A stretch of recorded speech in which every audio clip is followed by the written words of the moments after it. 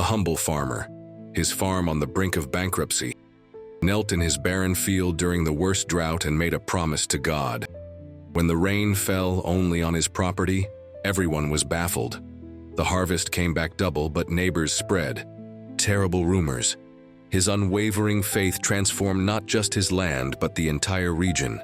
A moving story of divine perseverance that will change your perspective forever.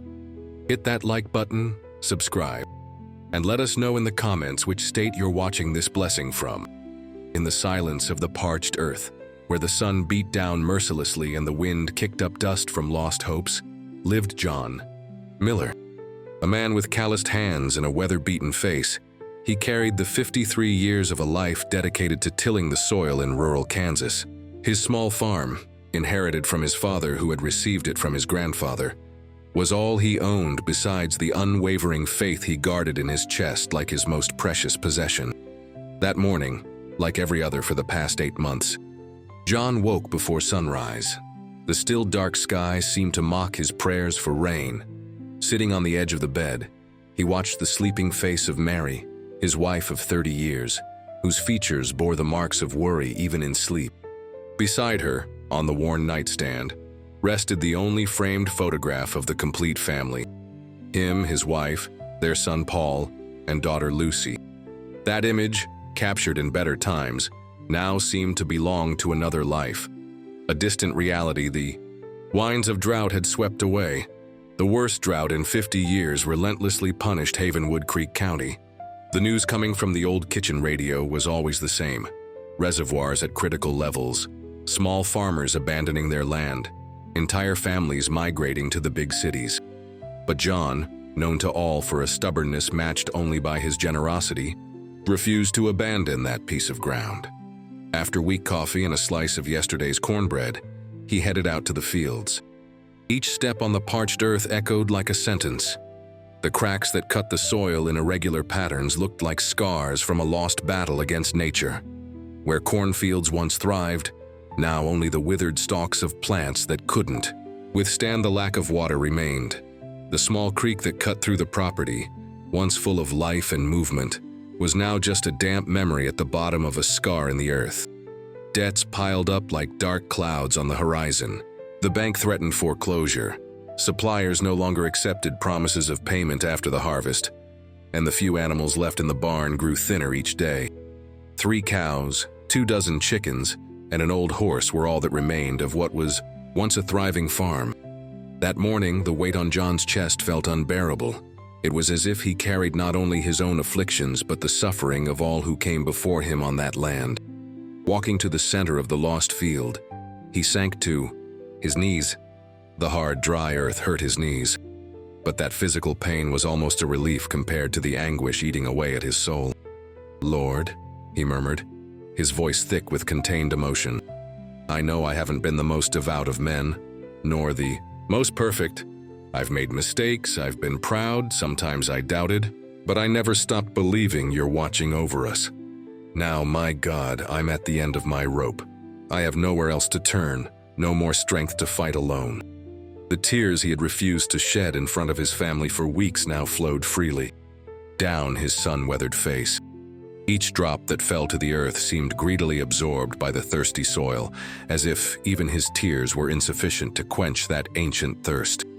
"If you give me a chance, just one chance to start over, I make a solemn promise here. Half of everything this land produces will go to those most in need. I won't hoard your blessings, but share them like water flowing freely in the river. Just don't let me lose everything my ancestors built. Don't let me fail as guardian of this land." Finishing his prayer, he remained kneeling, head bowed as if awaiting sentencing. The warm wind caressed his face, drying the tears that had left trails in the dust coating his skin. For a moment he felt ridiculous, a grown man kneeling in the middle of a barren field, talking to the relentlessly blue and empty sky. But something inside him, a spark of hope that refused to die, told him his words hadn't been cast to the wind. As he stood up, he felt a sudden dizziness. The world spun for an instant, and he had to brace himself on his knees to keep from falling. That's when he noticed the wind had shifted. no longer blowing hot and dry from the north. It now came from the south, carrying an almost imperceptible humidity, but one that was unmistakable to someone who had spent his life observing nature's signs. He looked to the horizon and saw something that hadn't appeared for months. Clouds. They weren't large and heavy like those announcing storms, but small formations gathering timidly, as if testing their own existence in the sky that had remained relentlessly clear for so long. That night, as the family gathered for a simple supper, a thin potato soup with chunks of squash and the last eggs from the backyard chickens, John kept silent about his promise, not out of shame or fear, but because he had learned over the years that words spoken to the wind often get lost, while promises kept in the heart grow deep roots.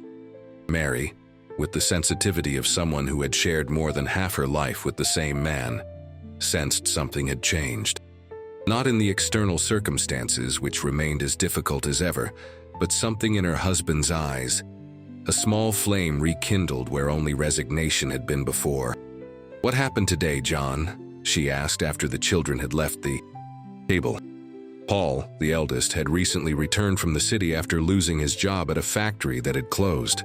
He brought with him not only the frustration of failure, but also a veiled resentment towards his father, who years earlier had pleaded with him to stay and take his place on the farm. "Nothing special, dear," John replied, trying to sound casual as he put away the few dishes used for the meal. "Just thinking maybe things could change." Mary looked at him suspicious. She knew this man too well to believe it was just a casual comment. "You were always a terrible liar, John Miller. What did you get up to today?"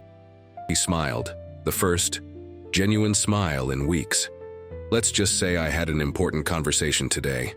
Before Mary could press further, they were interrupted by a sound that seemed otherworldly. So strange had it become in recent months. The drumming of rain on the tin roof.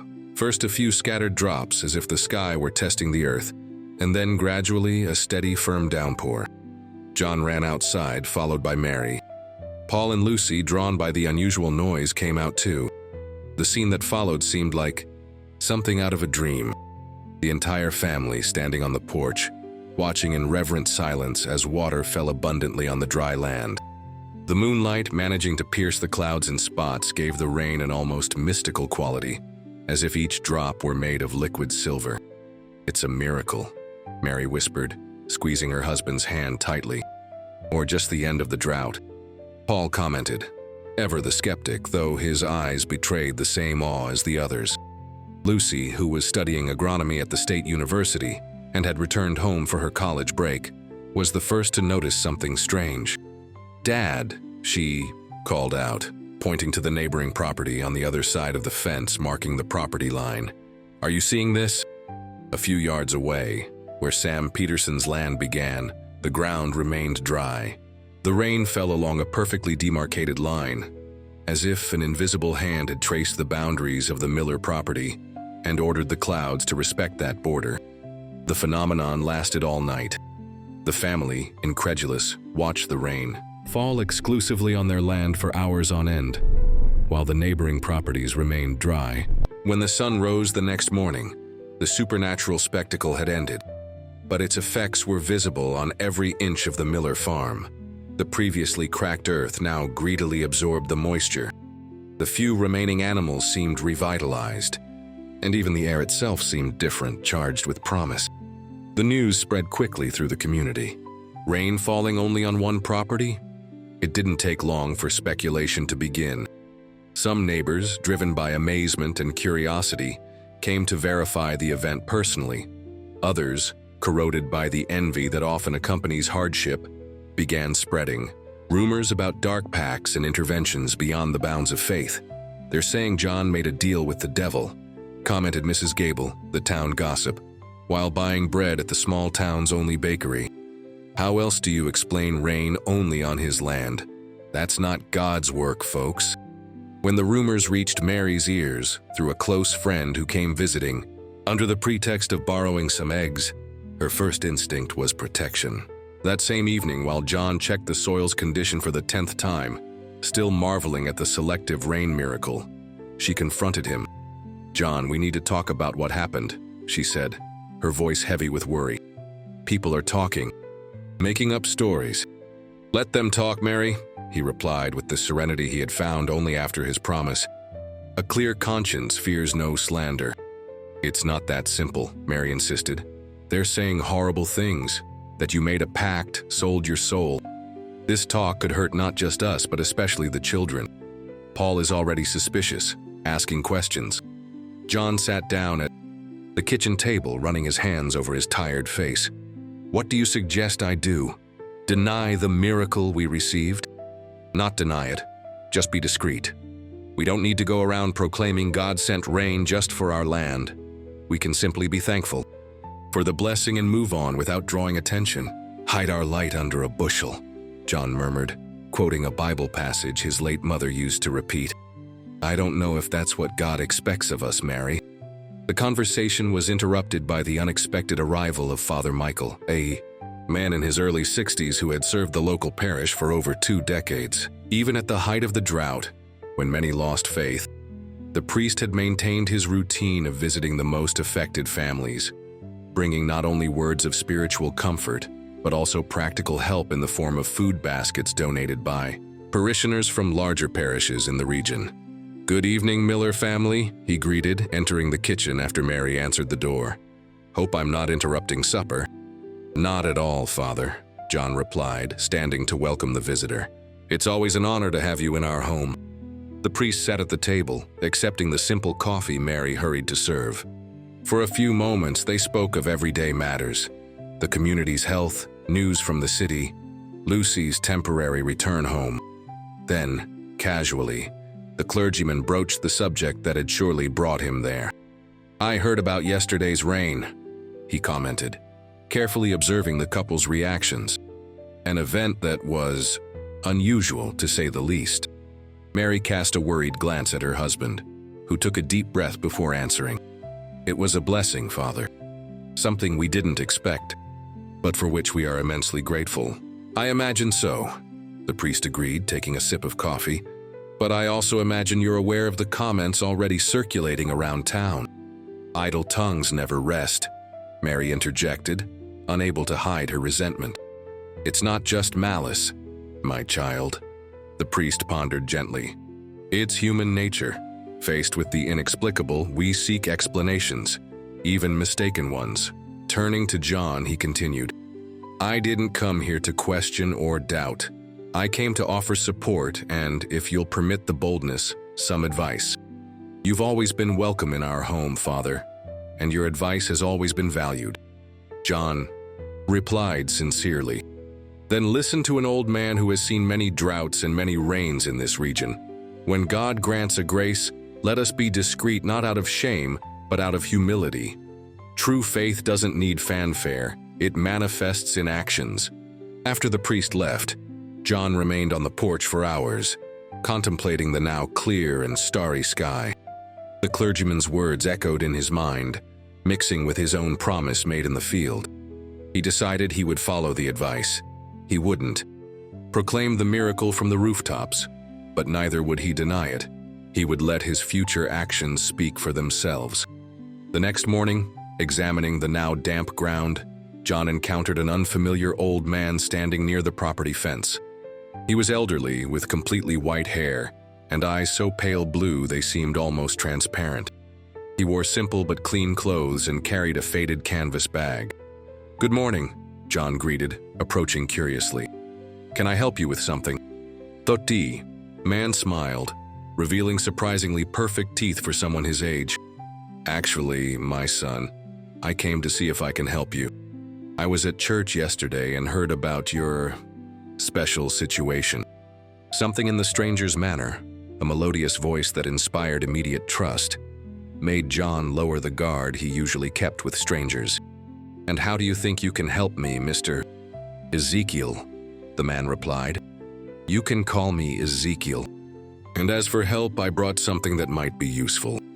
Reaching into the bag, he pulled out an old leather-bound book with yellowed pages that betrayed its age. "This belonged to my family for generations. It's a compendium of ancient irrigation techniques. developed by peoples who lived in even more arid regions than this. John took the book reverently, feeling the weight of history in his hands. "Why are you giving this to me?" Ezekiel's pale eyes seemed to pierce through John, as if seeing beyond his physical form, straight into his soul. "Let's just say I'm someone who recognizes when a person is ready to receive knowledge. The book no longer serves me, but it might help you fulfill your promise." A chill ran down John's spine. He hadn't told anyone about his promise to God, not even Mary. How could this stranger know? "Don't be alarmed," Ezekiel continued, as if reading his thoughts. "Sometimes the most sincere promises have a way of being heard beyond the spoken words."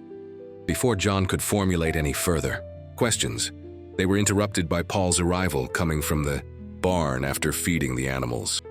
Turning to introduce the visitor to his son, John was surprised to find only empty space where Ezekiel had stood seconds before. In his hands, however, remained the book, concrete proof that the encounter hadn't been a hallucination. "Who were you talking to, Dad?" Paul asked, looking around confused. "An old fellow who stopped by," John replied, still stunned. "Must have moved on while I was distracted." Paul shrugged, seemingly uninterested in the story. "What's that in your hand?" "A book on irrigation techniques," John answered, still trying to process the strange meeting. "Let's take a look together?" That was the first genuine conversation between father and son in years. Sitting in the shade of the old oak tree that had bravely survived the drought, they spent hours poring over Ezekiel's book. The techniques described were ingenious in their simplicity. Methods for harvesting moisture from the air, systems for maximizing available water use, ways to protect the soil from excessive evaporation. "This is incredible, Dad," Paul commented, his usual skepticism momentarily forgotten in the face of the knowledge unfolding on the ancient pages. "Some of these techniques resemble modern drip irrigation methods I studied in a course I took in the city, but using materials available on any farm." "Think we can implement something like this here?" John asked, observing the spark of enthusiasm in his son's eyes, a spark he hadn't seen since Paul was a teenager, and still dreamed of modernizing the family farm. "Definitely.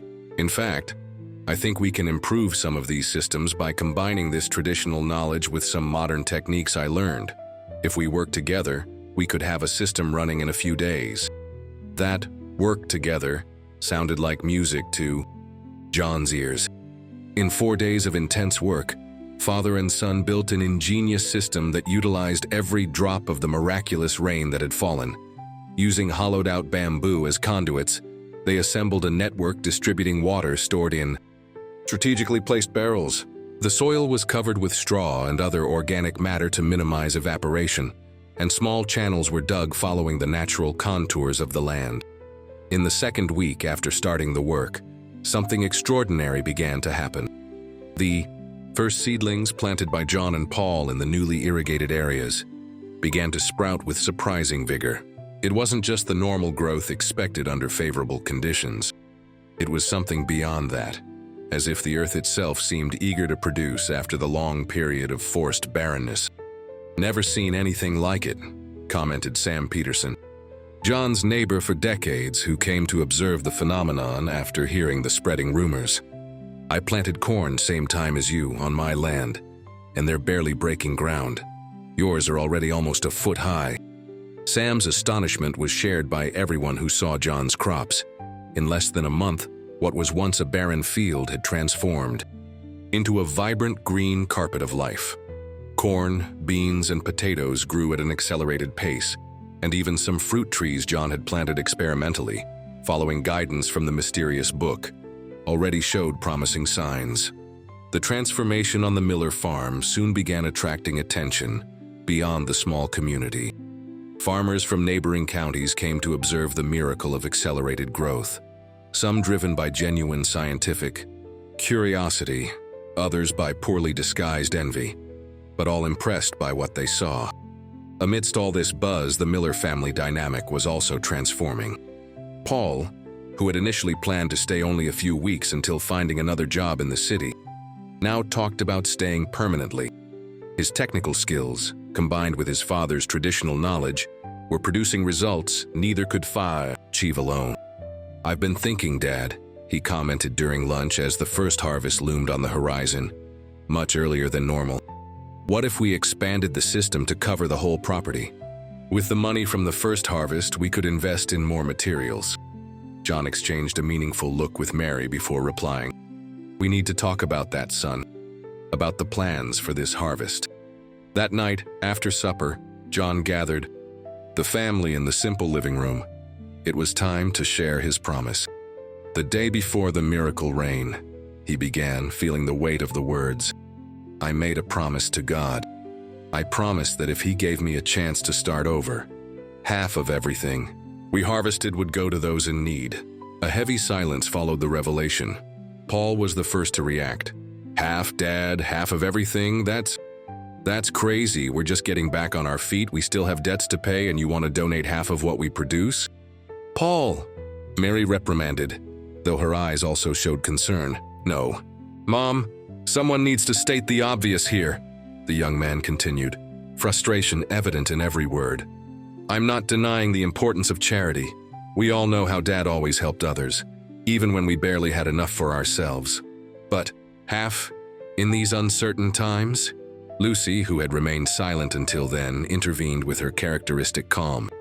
"I think we need to consider the whole context before judging, Paul. Look around us. Our crops are growing inexplicably fast. We got rain when no one else did. Don't you think this might be related to Dad's promise?" "You too, Lucy. I thought college taught you to think critically, not believe in superstitions." "It's not superstition to recognize there are things science doesn't fully explain yet," she retorted firmly. "As a future agronomist, I can tell you what's happening in our fields defies any purely technical explanation." John watched the discussion between his children with a mix of concern and pride. Concern over the conflict, but pride in seeing they had both grown to defend their worldviews with passion and eloquence.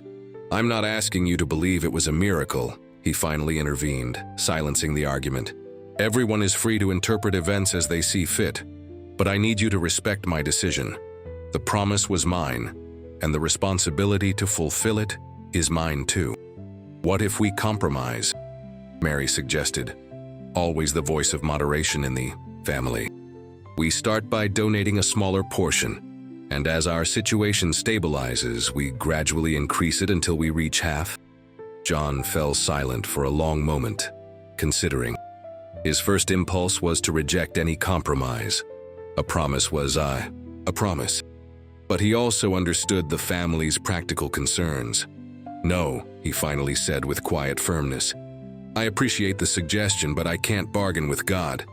I've seen too many people in my life try to bargain with the divine, promising if and when, setting conditions. I don't want to be like that. The promise was clear, half for those in need, and so it will be." The conviction with which John spoke ended the debate that night, though it didn't completely dispel the concerns. In the following days, Paul maintained a certain distance from his father, working silently in the fields, his grim expression evidencing the inner conflict he was experiencing. The first harvest arrived much earlier than expected, exceeding all expectations in quantity and quality. What would normally take months to mature was ready in weeks. The ears of corn were heavy with large, healthy kernels. The beans produced pods profusely, and even the small fruit trees were already showing the first signs of blossoming, something inexplicable for their natural cycle. True to his word, John set aside half of everything for donation. He organized the distribution through the local parish, with the help of Father Michael, who, though surprised by the generosity, asked no questions about his motives. Together, they identified the neediest families in the region, widows with young children, elderly folks with no family support, chronically ill people unable to work. During the food distribution at the small-town church, John met Mrs. Eleanor Vance, a 72-year-old widow living alone on the outskirts of the T County. Unlike the other recipients, whose expressions ranged from gratitude to embarrassment, she accepted her share with a quiet dignity that caught John's attention. "You don't know me, sir," she said after thanking him, "but I've known your family, For generations. Your grandfather used to trade seeds with my late husband." Then, lowering her voice as if sharing a valuable secret, she continued, "I noticed you're growing conventional food crops. Have you considered diversifying with native medicinal herbs from the prairie? I have a small herb garden that survived even this terrible drought, and I can teach you about them if you're interested." That casual encounter marked the beginning of an unexpected partnership. Mrs. Vance, as John soon discovered, was a veritable walking encyclopedia of native medicinal plants, knowledge passed down through generations, honed by patient observation and practical experience over decades. "These herbs aren't just remedies," she explained, walking with surprising vigor through the fields of the Miller farm, identifying species John had always considered weeds. "They are guardians. When planted strategically among the cash crops, they naturally protect them from many pests and diseases." Lucy, who initially observed the elderly woman's explanations with academic skepticism, soon found herself fascinated. "This is incredible. Mrs. Vance, at the university we study biological pest control, usually with predatory insects. I never thought of using such an integrated botanical approach. Ancient wisdom and modern science aren't enemies, my child," the lady replied with an enigmatic smile. "They are like the two hands of the same body. Each has its strength, and together they can build wonders." With Mrs. Vance's guidance, John began cultivating medicinal herbs among the conventional crops. The system not only significantly reduced pest incidents, but also opened up a new source of income: the production and sale of natural remedies. "We could create a small line of herbal remedies," suggested Paul, who was gradually reconciling with his father's decision about the donations as he saw the farm's prosperity increase, despite, or perhaps because of, his generosity. "I can handle the business side, while you focus on cultivation and preparation." The small natural remedy business prospered quickly, attracting customers not just from the local community, but also from neighboring towns. The fame of the herbs grown on the Blessed Farm, as people began to call the Miller property, spread throughout the region. People reported near miraculous cures for chronic health problems, which only increased demand for the products. In the early fall of that first miraculous year, when the Miller family's prosperity was undeniable, despite the adverse circumstances still affecting the region, a new threat emerged. Representatives from AgriCorp International, a large agricultural company headquartered in Chicago, appeared at the farm with an offer to buy.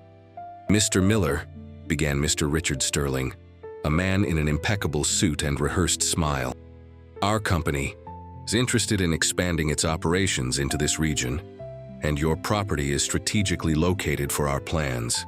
The financial offer was tempting: a price well above market value, cash payment, and the promise of jobs for all family members in the new operation, should they desire.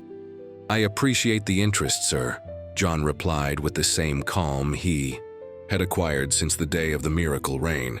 "But this land isn't for sale, not for any price." The refusal was not well received. In the days that followed, less friendly tactics began to be employed. Rumors about contamination of the Miller's products were spread in the region. Water rights to the creek that had started flowing again were challenged in court, and even veiled threats were made through local intermediaries. The pressure increased considerably when company technicians, disguised as interested buyers of the medicinal products, managed to obtain soil samples from the farm and discovered something unusual in its composition: a rare mineral balance that, combined with the cultivation techniques employed by John, produced extraordinary results without the need for chemical inputs or genetic modifications. The discovery transformed commercial interest into obsession. AgriCorp didn't just want the land, they wanted the secret to its exceptional productivity, a secret potentially worth millions in the organic farming market. "They won't give up easily, Dad," Paul warned during an emergency family meeting. "Companies like that have nearly unlimited resources and influence at all levels of government." "What can we do?" asked Mary, worry aging her face already marked by years of hard work. John remained silent for a long moment, his gaze fixed out, the window observing the green field stretching beyond. Finally, he turned to his family with a glint of determination in his eyes. "We have something they'll never have, no matter how much money and power they possess," he said with conviction. "We have knowledge that can't be bought. A unique combination of ancient wisdom, modern techniques, and something more, something even we don't fully understand." "That's it!" Lucy exclaimed suddenly, as if struck by a revelation. "What if we shared this knowledge? Not with AgriCorp, but with other small farmers in the area." "What do you mean?" Paul questioned, frowning. "The county fair is coming up," Lucy explained, enthusiasm growing in her voice. "It'll be the biggest gathering of local farmers all here. What if we use the occasion to openly share our farming methods? The more people know and implement similar techniques, the less exclusive value our secret will hold for AgriCorp," John completed, a slow smile forming on his face. Paul, however, didn't share the enthusiasm.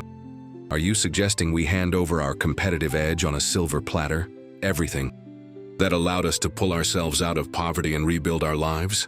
"It's not handing it over, son," John corrected gently. "It's sharing, like seeds that when planted don't diminish but multiply."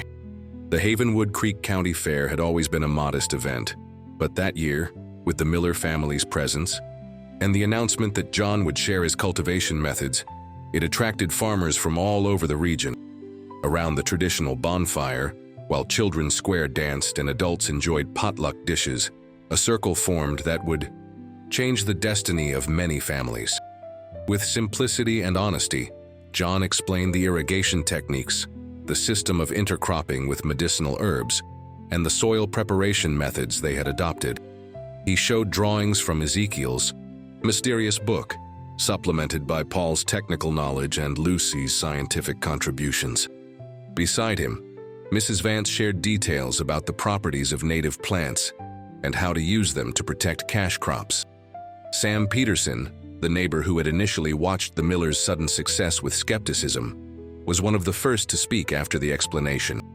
"Why are you telling us all this, John? Why not keep what you discovered to yourself?" The question silenced the circle of farmers.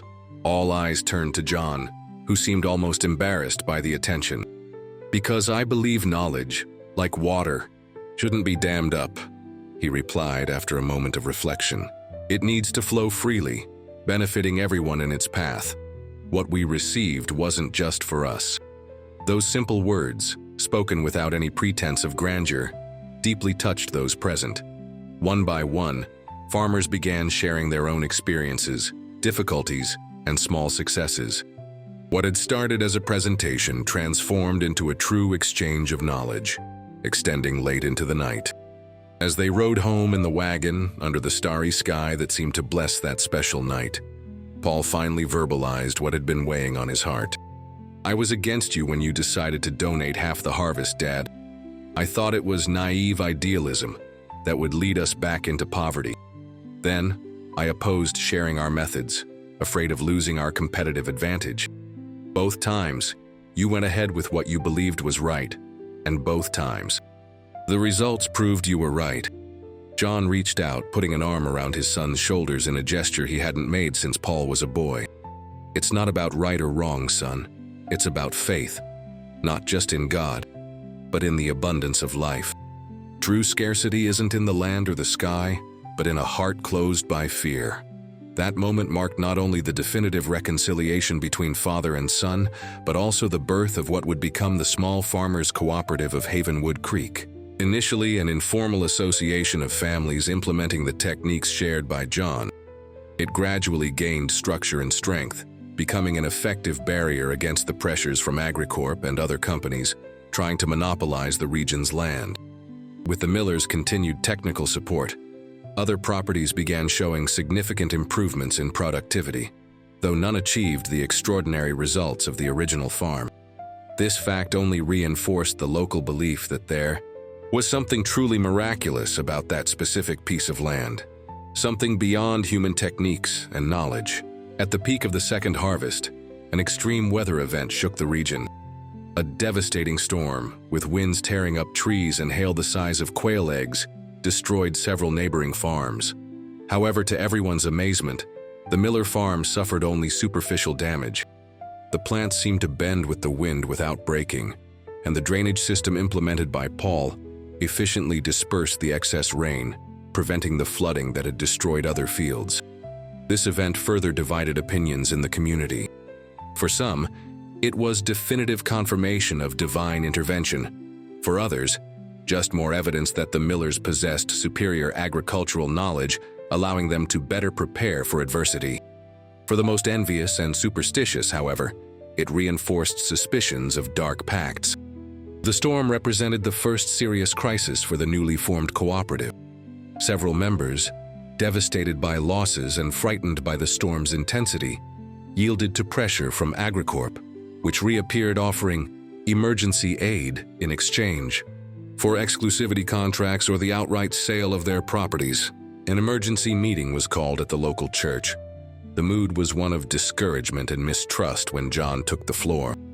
"I understand the fear and desperation you're feeling," he began, looking into the eyes of everyone present. "A year ago, I was on my knees in the middle of a dry field, hopeless, ready to give up everything. I know what it's like to look at devastation and think there's no way forward." A murmur went through the small assembly. Many there remembered the John before the miracle, a man broken by adversity, carrying the weight of failure on his slumped shoulders. "But I discovered something that day," he continued. "I discovered that true strength comes not from the absence of hardship, but from the presence of purpose. And our purpose here, as a community, goes far beyond our individual properties. We are building a future where our children can thrive without having to leave the land we love." Looking at Paul, who watched his father's speech with poorly concealed pride, John announced his decision. "Therefore, I offer my savings to help with the rebuilding, not as a loan, but as an investment in our shared future." John's offer, using practically all his financial reserves to help neighbors rebuild their farms, shocked everyone, including his own family, who hadn't been consulted beforehand. But before Mary or the children could voice any objection, something extraordinary happened. Sam Peterson, the neighbor who had lost almost his entire corn crop in the storm, slowly stood up. He was a man of few words, known for his mistrust and reluctance to participate in community initiatives. "I can't accept your money, John," he said, his voice thick with emotion.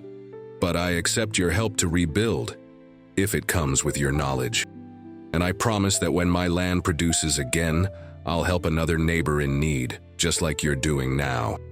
One by one, other farmers stood up, refusing the financial aid but committing to a system of mutual help, a traditional practice where everyone unites to work on each family's farm in turn, until all are recovered. That night marked the true birth not just of a cooperative, but of a community united by values beyond immediate economic interest. In the following days, work groups formed by entire families moved from one property to another, rebuilding greenhouses, replanting devastated areas, implementing protection systems against future storms. The spirit of solidarity spread like wildfire. Families who had lived as neighbors for decades without truly knowing each other now shared meals, stories, and dreams. Old rivalries were forgotten, moral debts forgiven, and even the most skeptical about the Millers' miracle acknowledged that something extraordinary was happening in the community. If not a divine miracle, certainly a human miracle of cooperation and resilience.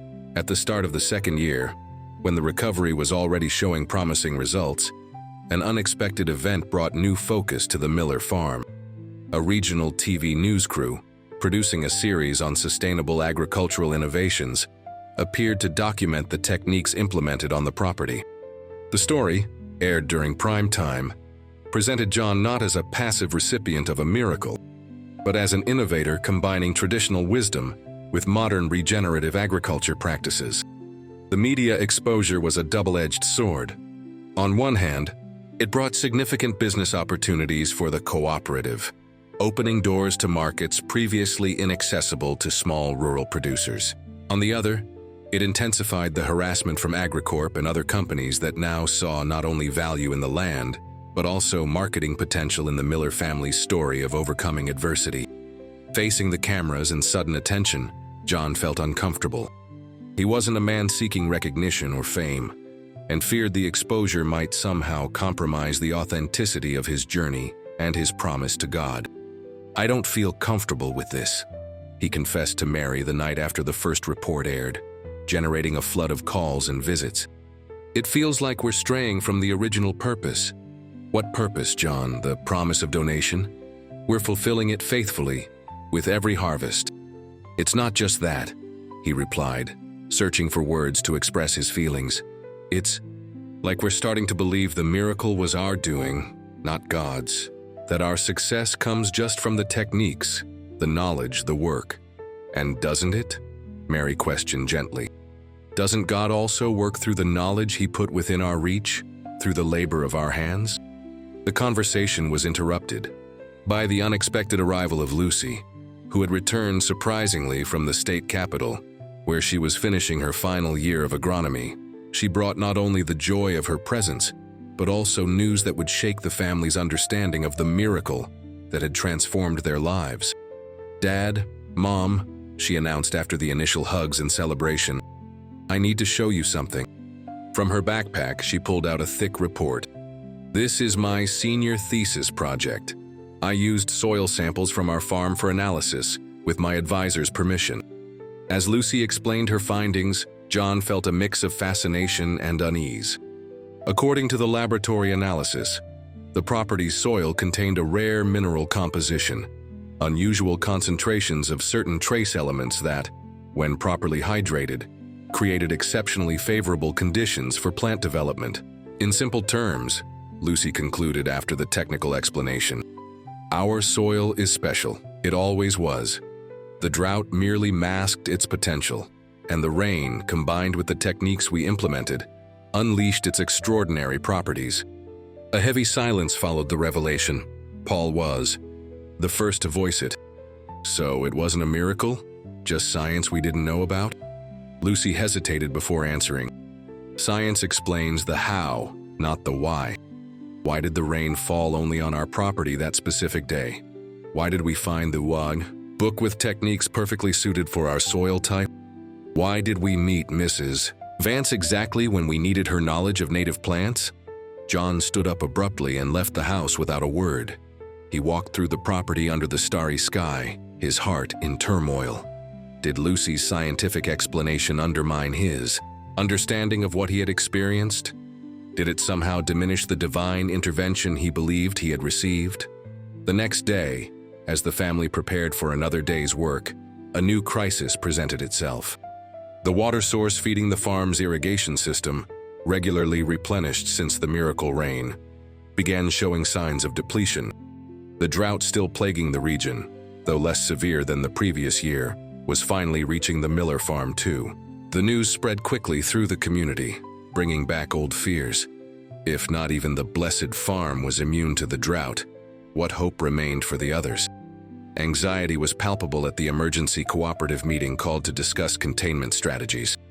While Paul presented potential technical solutions, using hastily prepared charts and calculations, John remained strangely calm. When it was his turn to speak, he surprised everyone with his approach. "The water is running out," he began simply. "Our calculations, our technology, our collective knowledge, all tell us we face a serious crisis. Faced with this fact, I propose something that might seem strange to some. That we pray together, not as a replacement for the practical measures my son and others have proposed, but as a complement to them." A murmur went through the assembly. Some looked uncomfortable, others nodded in silent approval. "I'm not asking you to believe what I believe," John continued. "Just that we acknowledge there are forces greater than ourselves in the universe, whatever name we give them, and that sometimes when we reach the limit of our abilities, we need to open ourselves to possibilities beyond our understanding." That night, a diverse group gathered in the center of the Miller farm. Devout Catholics and self-proclaimed skeptics, young people educated in the city and elders who'd never left the county, all united by the common need for water and the timid hope of a new miracle. The prayer, led not by John but by the surprising partnership of Father Michael and Mrs. Vance, who incorporated elements of the Native American spirituality of her ancestors, lasted over an hour. At the end, there was no spectacular manifestation, no sudden rain, no clouds on the horizon, just the respectful silence of people who had shared a moment of vulnerability and connection. The next morning, workers digging to expand the water catchment system made a surprising discovery. A few feet below the surface, an underground spring gushed crystal-clear water abundantly. The aquifer, though modest compared to large water reserves, was more than sufficient to supply the Miller property and even provide water for other families in the cooperative. The discovery reignited the debate about miracles and coincidences, faith and science. Lucy, with her technical knowledge, explained that the aquifer's existence was perfectly natural, a result of local geology and historical rainfall patterns.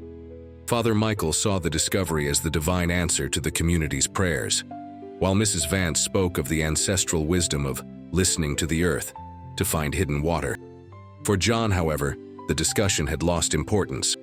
Miracle or coincidence, divine intervention or chance, the practical result was the same: a new opportunity to serve the community.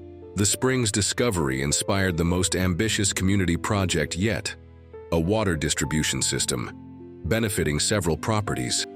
Using the technical knowledge of Paul and other young cooperative members, combined with the practical experience of older farmers, the community began constructing a network of channels, reservoirs, and pipes that would revolutionize local agriculture. The project, which normally would take months, was completed in weeks thanks to the system of mutual help. Entire families worked side by side, sharing not only physical labor but also stories, knowledge, and dreams for the future. When the I&A system finally became operational, directly benefiting 12 properties and indirectly the entire community, the celebration was spontaneous. In the farmyard outside the Miller house, with makeshift tables stretching as far as the eye could see, a community potluck supper was held where each family brought their best dish to share. Amidst the laughter, music, and lively conversation, John sat apart for a moment, observing the transformation that had occurred not just on his land, but primarily in the people. He saw Paul, who once dreamed only of escaping to the city, now passionately involved in sustainable rural development.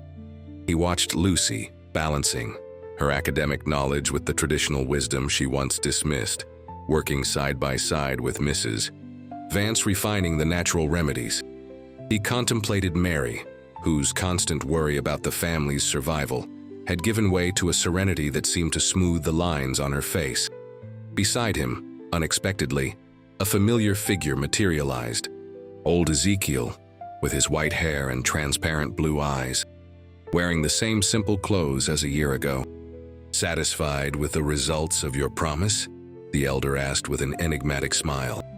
John showed no surprise at the sudden appearance, as if somehow expecting him there at that moment. "You knew, didn't you? About the special soil, about the aquifer?" Ezekiel shrugged slightly. "Knowing is a strong word. Let's say I suspected the possibilities. The potential was always here, just waiting for the right conditions to flourish." "Just like in people," John commented, looking at the community gathered in celebration. "Exactly," the old man agreed, a glint of approval in his eyes. "The real miracle, my friend, wasn't the rain that fell only on your land, nor the book that came into your hands, nor even finding the aquifer at the exact moment of need. No. The real miracle was the transformation that occurred here," Ezekiel said, lightly touching John's chest, over his heart. "And here," he continued, gesturing to the people around, "what began as an individual promise turned into a movement of solidarity that renewed not just the land, but primarily the people and their relationships." Before John could respond, they were interrupted by Paul, approaching excitedly. "Dad, you have to see this. Sam had an incredible idea to expand the irrigation system to the properties on the other side of the valley." Turning to introduce Ezekiel to his son, John found only empty space where the elder had stood seconds before. Like the first time, the old man had vanished without a trace, but the wisdom of his words remained. 2 years had passed since that first desperate prayer in the barren field. The Miller farm not only prospered but had become a model of sustainable agriculture for the entire region. The cooperative, strengthened by collectively overcoming adversity, secured a major contract with organic buyers from the big cities, ensuring financial stability for the families involved. Agricorp, after months of frustrated attempts to acquire properties in the region, finally abandoned its local expansion plans, focusing on less resistant areas. Its departure was quietly celebrated by the community, not as a victory over an enemy, but as confirmation they had chosen the right path: cooperation over competition, sustainability over immediate profit. On a golden autumn afternoon, John contemplated his green fields from the same spot where, 2 years earlier, he had fallen to his knees in desperation. The transformation was complete and profound. Where once only drought-cracked earth lay, diverse crops now grew in harmony: corn, beans, potatoes, and dozens of varieties of medicinal herbs, all thriving without chemical pesticides or artificial fertilizers. In the distance, children played among the crops, their laughter carried on the gentle breeze that lightly stirred the leaves. Groups of farmers gathered under the shade of fruit trees, animatedly discussing preparations for the annual harvest festival, which promised to be the largest ever held in the community that year. His farm, now producing twice as much as other properties in the region, had become a symbol of how faith, when accompanied by hard work, generosity, and wisdom, can transform scarcity into an abundance that benefits everyone. But John knew, in his heart, that the true harvest wasn't just in the fruits of the earth, but in the fruits of the Spirit that had germinated throughout the community: solidarity, cooperation, hope, and a renewed faith, not only in the divine, but in the human capacity for transformation. The promise made on that day of desperation had been much more than a simple deal with God. It was the first step on a journey of discovering the true meaning of abundance. An abundance that, as he had learned, doesn't diminish when shared, but multiplies, just like seeds sown in faith and trust return 100-fold.